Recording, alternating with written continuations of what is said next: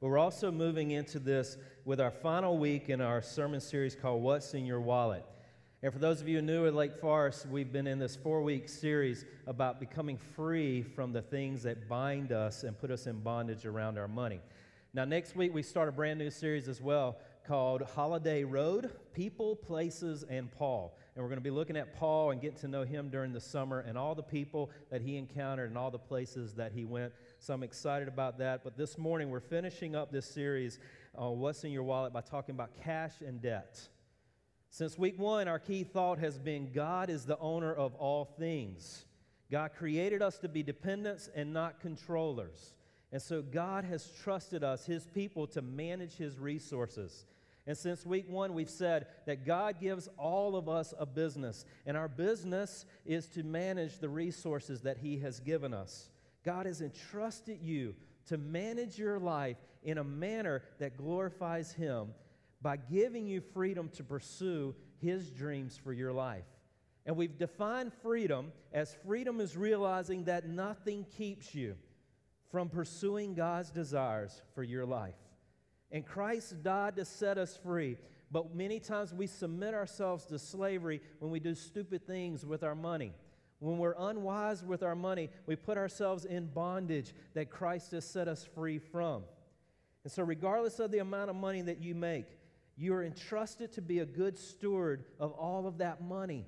And that's what we've been talking about. And what that means is to find freedom and not to put ourselves in bondage. And so as we talk about cash and debt this morning, look at these 2 verses with me. Proverbs 13:7. One man pretends to be rich, but in truth has nothing. And this other verse, Proverbs 12:9. Better to be a nobody and yet have a servant than to pretend and to be somebody and have no food. Both of those describing a pretender. Now, in our country, you can say that we have 2 types of people. We have the haves and the have-nots. But in reality, if you look at our country, what we have is the have-paids and the have-not-yet-paid.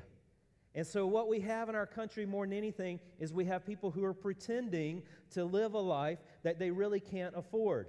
And we're placing ourselves in bondage. That means most people in our country have things, but they've not yet paid for them. And so they're pretending to live a lifestyle that they really can't afford. Remember, our key verse for these last weeks has been the rich rule over the poor, and the borrower is a slave in bondage to the lender. And what is the foundational problem of that? When we talk about cash and debt, what is the foundational problem of that? The foundational problem is that I think we as Americans have learned to ask the wrong questions. We tend to ask, how much money down is this going to take? Or we ask, how much is this going to cost me each month? Instead of asking, how much is the real cost? And today I want us to look at what is the real cost when we put ourselves in debt and we're paying on something that we really can't afford. And so I'm going to give you 3 things to think about with the real cost. And the first one, let me jump into that by giving you an example from Dave Ramsey 4 years ago. Dave Ramsey is a financial guru who's helping people all across this America to become financially free from debt-free. And so here's an example he showed 4 years ago. The average American that had credit card debt 4 years ago owed $8,100 in credit card debt alone.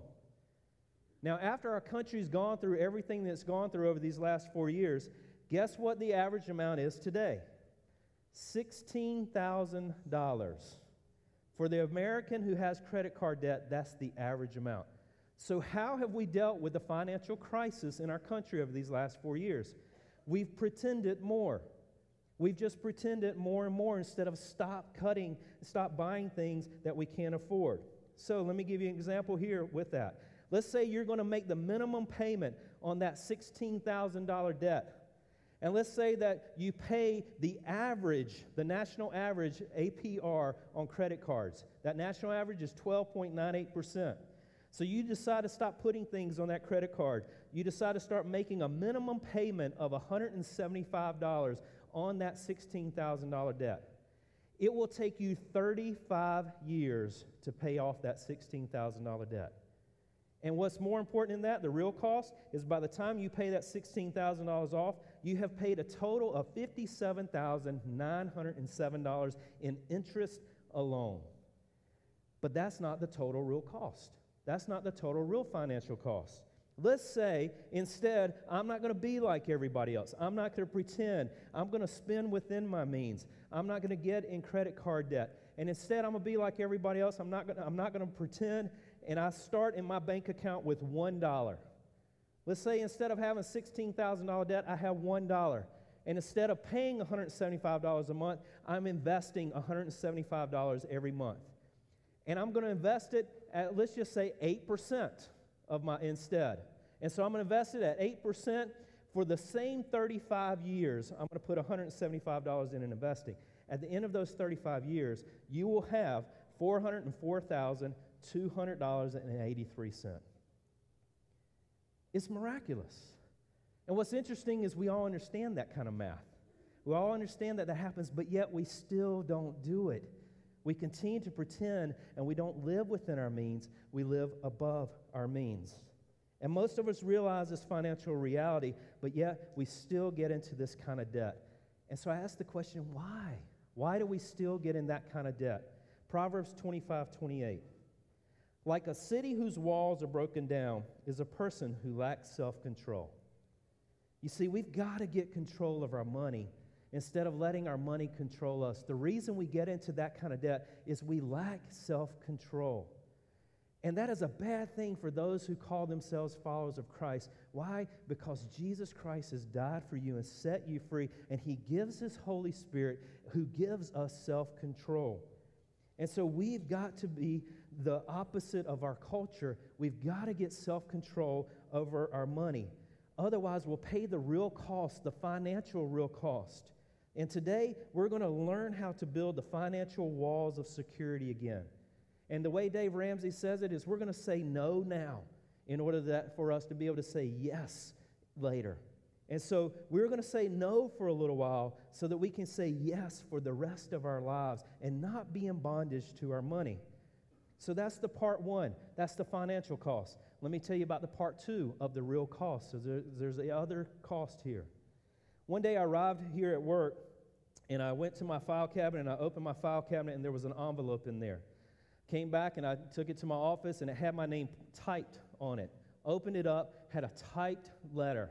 I read the letter, I looked what was in the envelope, and I just began to tear up.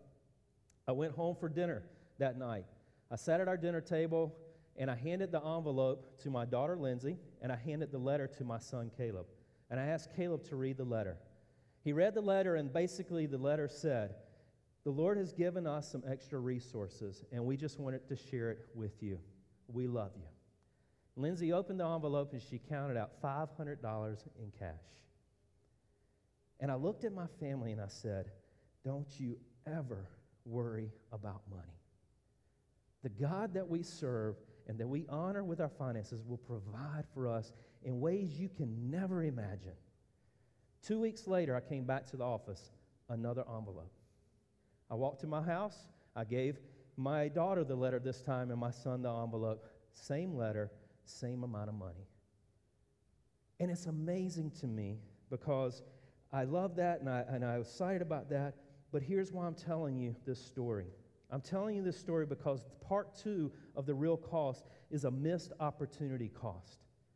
I love that story. You guys are going, "Well, duh, Mitch, you got $1,000 out of it. Why wouldn't you love that story?" Yes, that was a pretty cool part of that story. But here's what's cooler for me. That letter was written anonymous to us. My wife and I have never tried to pursue and finding out who that is. Basically, it said, "Love God," to us. But here's what's most fascinating to me about that story. As much joy and excitement we had sitting in our home opening that, I can't imagine the amount of joy and the excitement another individual or family was having that night in thinking about what was going on at my house.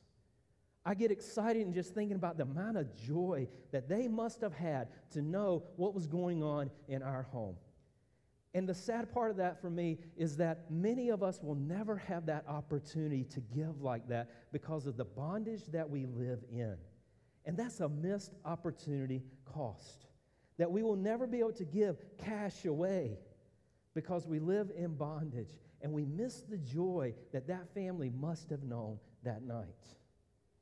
You know and that's really amazing to me. And what's also amazing to me is my wife and I, Virginia, we committed early on into our marriage that we were going to fight really hard to get out of debt. And we were going to, by the grace of God, live on one income so that she could be at home the entire part of our children growing up. And do that on a financial salary of a minister. And so a couple of years into our marriage, the Lord convicted us of this issue of tithing, and He convicted us of this issue of getting out of debt. And so we were committed to doing that. And so when the market crashed a few years ago, it was a very interesting time for she and I, because I sat in my office with countless person talking about losing everything when all the economy went to pits.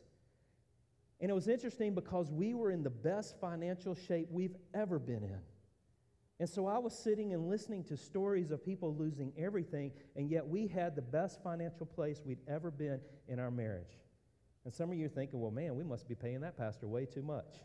No, I can promise you, you're not, okay?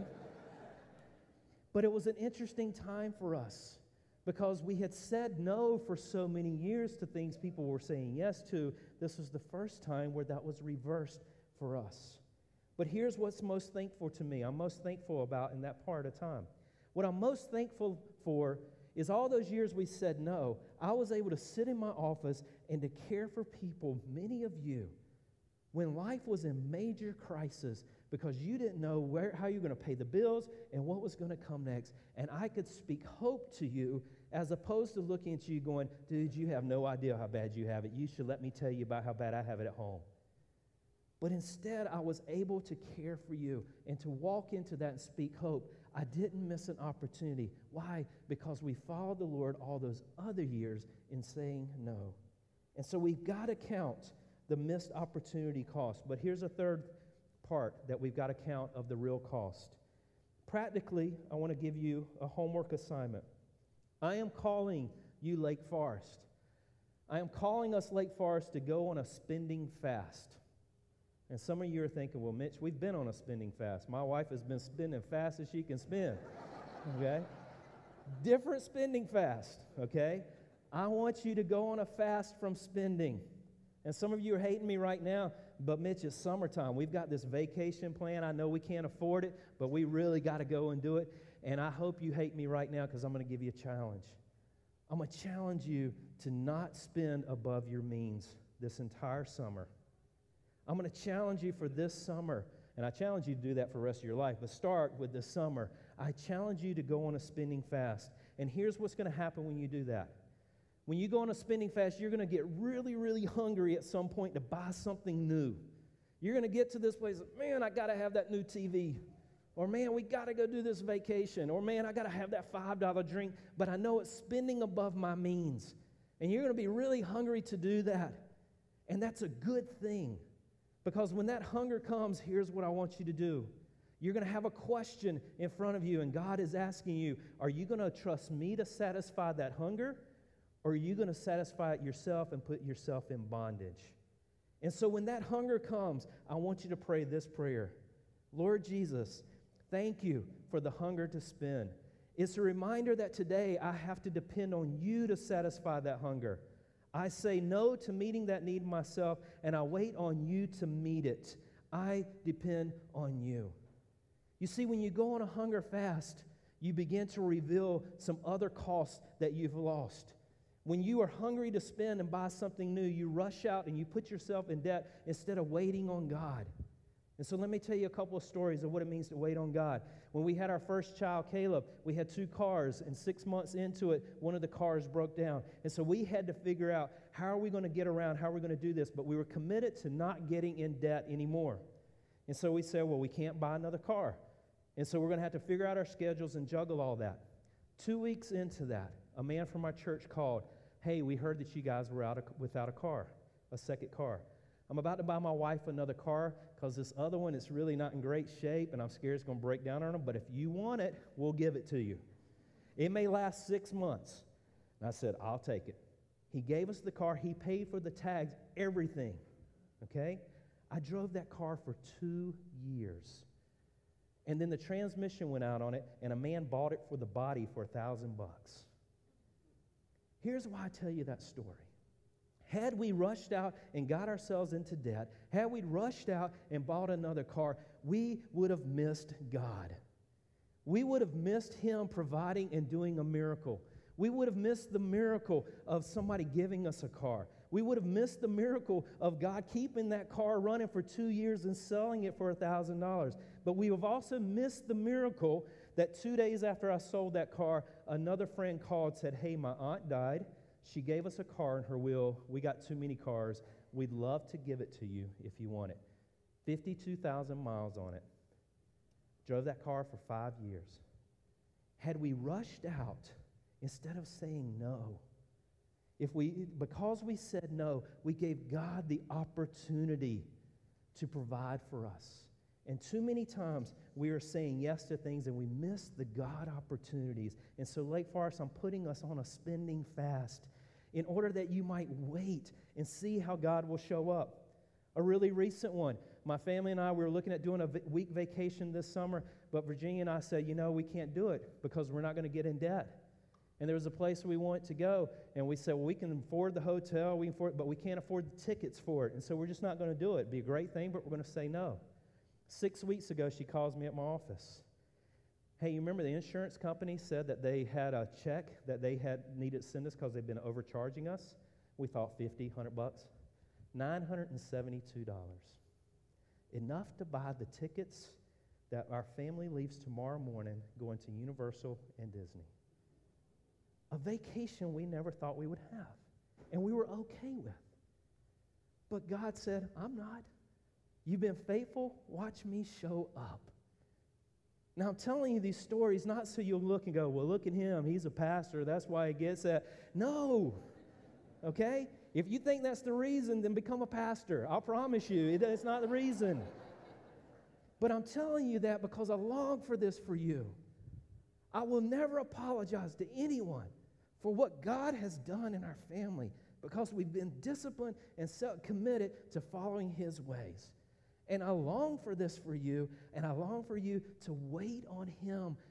And we've given Him a chance to show up and do miracles, and I long for that for you. And so, Lake Forest, let me give you your homework assignment. First, I want you to practice saying no. Put yourself on a spending fast. 2, I want you to find out what your means are. I'm telling you to spend within your means, and many of you don't know your means because you've never done a budget. Do a budget. Find out what your means are. As you do that budget, I want you to take out the tithe first. Then I want you to take out taxes. Then I want you to spend the rest wisely. And the things I'd encourage you is create a $1,000 emergency fund as quickly as you can. Pay off any debt that you have, starting with the smallest one and building that up to the biggest one. And Dave Ramsey can tell you how to do that, and I encourage you to be a part of his course in the fall to doing that. But then from there, creating reserves. But you got to start by doing a budget and knowing what are your means. Now, some of you are hearing this and you're thinking, Mitch, man, that sounds wonderful. I just can't imagine. You don't know my situation. I can't imagine how God's going to get us out of this. Good. That's the point where God shows up. When you can't figure it out, He says, finally, you're trusting me, aren't you? Watch me do what only I can do. And so, Lake Forest, I encourage you to celebrate when you can't figure it out. And you're going, but Mitch, I'm not sure God will do it. Really? This is a God who raised a man from the dead. I can promise you, He can raise your finances to life again. If you're willing to be disciplined and following Him. Read this verse with me, Matthew 6:24. Jesus said, no one can serve two masters. Either he will hate the one and love the other, or he will be devoted to the one and despise the other. You cannot serve both God and money. Lake Forest, since the beginning of this series, we have said this series is not about money, it's about worship. We cannot serve money and serve God. We've been called to serve the God who raised His Son from the dead so that you might be free. And so we're going to end our time in this series by worshiping together. So for the last part of this service, we're going to worship together. And so let me challenge you to be here during this whole time. For those of you who serve in children's ministry and are parking our coffee bar, I love how you scoot out and get in your places and serve. But for this service, the rest of it, I want us all to stay right here until Kyle dismisses us and we worship in the freedom that Christ has set us free. So would you stand as I lead us in that by praying? Father, thank you. Oh, Jesus, thank you that you died on the cross that we might be free. Father, as we come and worship this morning, as we sing, I pray that the songs that we would sing in knowing the freedom that you have given us.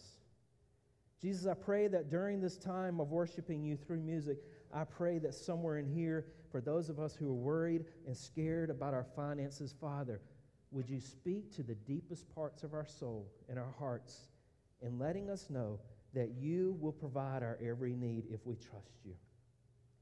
So may this time of worship, oh, Father, may it be a place where we come and lay everything before you. This is about worshiping you and not other things. In your name we pray. Amen.